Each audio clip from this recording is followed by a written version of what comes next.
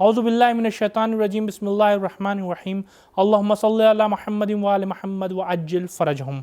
नाज़रीन मोहतरम, अस्सलाम अलैकुम। तफ़सीर के इस प्रोग्राम में एक मरतबा फिर हम आपको खुशामदीद कहते हैं। नाज़रीन, अल्हम्दुलिल्लाह माह मुबारक रमज़ान से लेकर अब तक हमने कुरान का दामन नहीं छोड़ा, जिस पर हम खुदा का शुक्र अदा करते हैं और दुआ करते हैं कि इसी तरीक़े से हम हमेशा कुरान से मुत्तसिल रहें। तो आइए चलते हैं आज के इस एपिसोड की पहली आयत की तफ़सीर को जानने के लिए।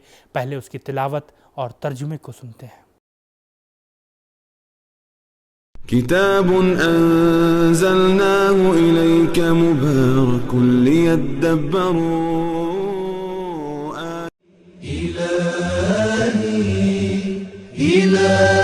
बिस्मिल्लाहिर रहमानिर रहीम वयअबुदून मिन दूनिल्लाहि मा ला यदुर्रुहुम वला यनफअहुम वयक़ूलून हाउलाइ शुफ़अाउना इंदल्लाह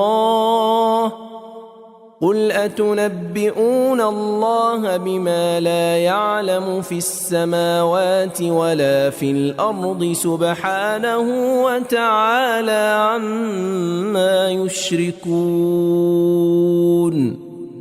ये खुदा के बजाय उन चीज़ों की पूजा करते हैं जो ना तो इन्हें नुकसान दे सकती हैं और ना इन्हें फ़ायदा पहुंचा सकती हैं, और वो कहते हैं कि ये बुत खुदा के यहाँ हमारे शफी हैं।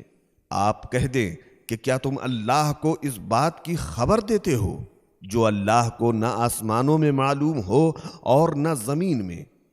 वो पाक और बालातर है उस शिर्क से जो ये लोग कर रहे हैं। इस आयत के नुकात कुछ इस तरह बयान हुए हैं।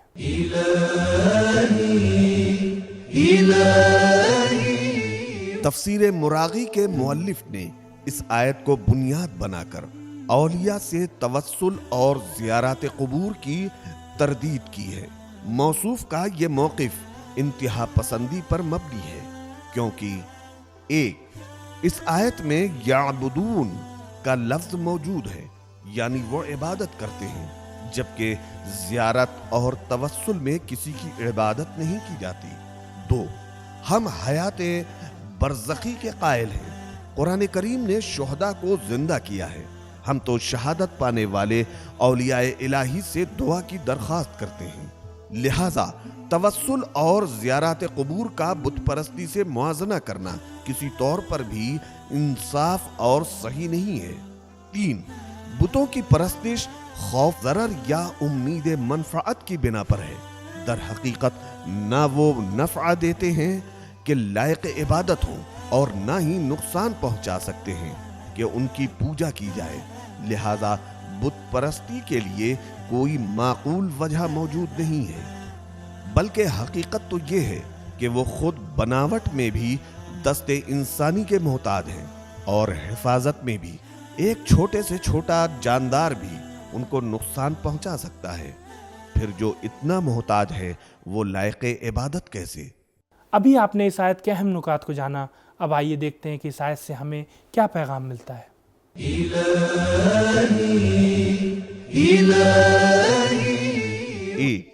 बुत परस्ती एक गैर मंतकी अक्ल व खिरत से खाली अमल है और बुत परस्तों के पास कोई मंतिक नहीं है।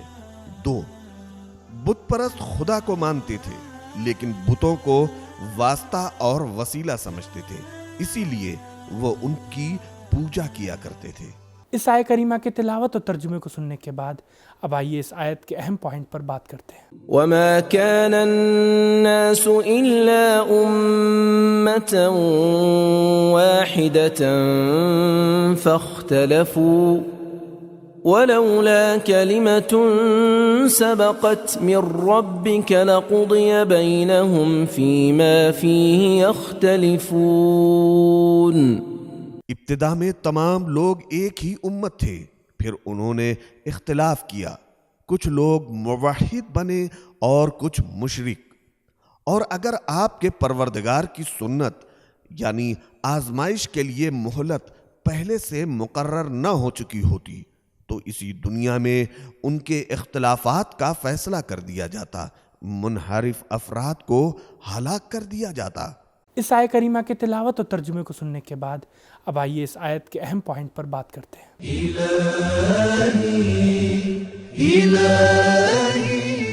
جب اللہ تعالیٰ نے آدم و حوا کو زمین پر اتارا تو ان سے یہ فرمایا تھا، سورہ بقرہ آیت نمبر 36، زمین پر ایک مدت تک تمہارا قیام اور زندگی کا ساز و سامان ہوگا۔ مقصد یہ ہے کہ تم اور تمہاری نسلیں اسی زمین پر قیام پذیر رہیں گی اور تمہاری تمام تر ضروریات کی کفالت اسی زمین سے ہوگی۔ لہذا قدرت کی طرف سے یہ فیصلہ ہو چکا ہے کہ انسان کو ایک عرصے تک زمین پر رہنا ہے۔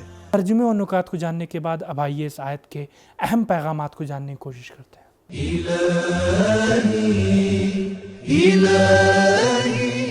ایک، ابتدا میں تمام انسان ہم فکر اور ہم عقیدہ تھے اور سب کے سب فطرت کے تقاضوں پر عمل کرتے ہوئے توحید الہی کا عقیدہ رکھتے تھے۔ دو، انسان پہلے ہی دن سے اجتماعی زندگی سے مانوس تھے۔ تین، انسانی معاشروں میں تقاضوں کے تحت عقیدہ و عمل میں اختلاف پیدا ہوتا ہے۔ چار، اپنی مخلوق کو مہلت دینا ربوبیت کا ایک تقاضا ہے۔ پانچ، سنت الہی یہی ہے کہ وہ لوگوں کو عقیدہ و عمل کے انتخاب کے لیے مہلت دیتا ہے۔ تو دوستو یہ تھی آج کی 2 آیتوں کی تفسیر۔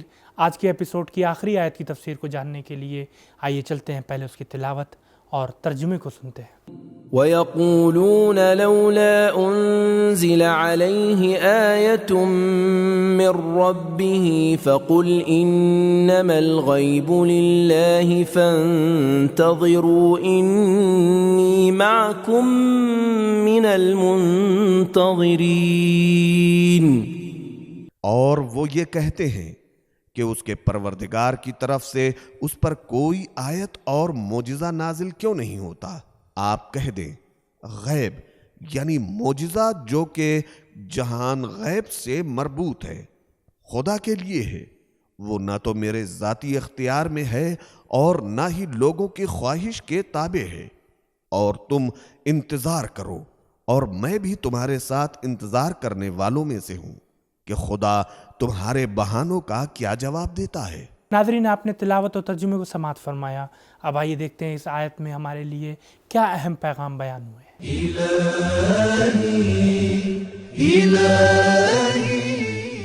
ایک، بہانہ جو افراد قرآن کریم اور دیگر 20 معجزات کو نظر انداز کر دیتے ہیں اور نئے معجزات کا مطالبہ شروع کر دیتے ہیں۔ دو، معجزے کا تعلق خدا کی مرضی سے ہے۔ معجزہ نہ تو پیغمبر کے اختیار میں ہے اور نہ ہی لوگوں کی خواہشات کے تابع ہے۔ تین، مہلت دینا خدا کی سنت بھی ہے اور قانون بھی۔ دوستو یہ تھا ہمارا آج کا پروگرام، اور ہمارے اس پروگرام کو اپنے دوستوں اور رشتہ داروں کے ساتھ ضرور شیئر کریں تاکہ ہم اپنے سماج کو ایک قرآنی سماج بنا سکیں۔ انشاءاللہ کل پھر ملاقات ہوگی کچھ نئی آیتوں کی تفسیر کے ساتھ۔ تب تک کے لیے خدا حافظ، فی امان اللہ۔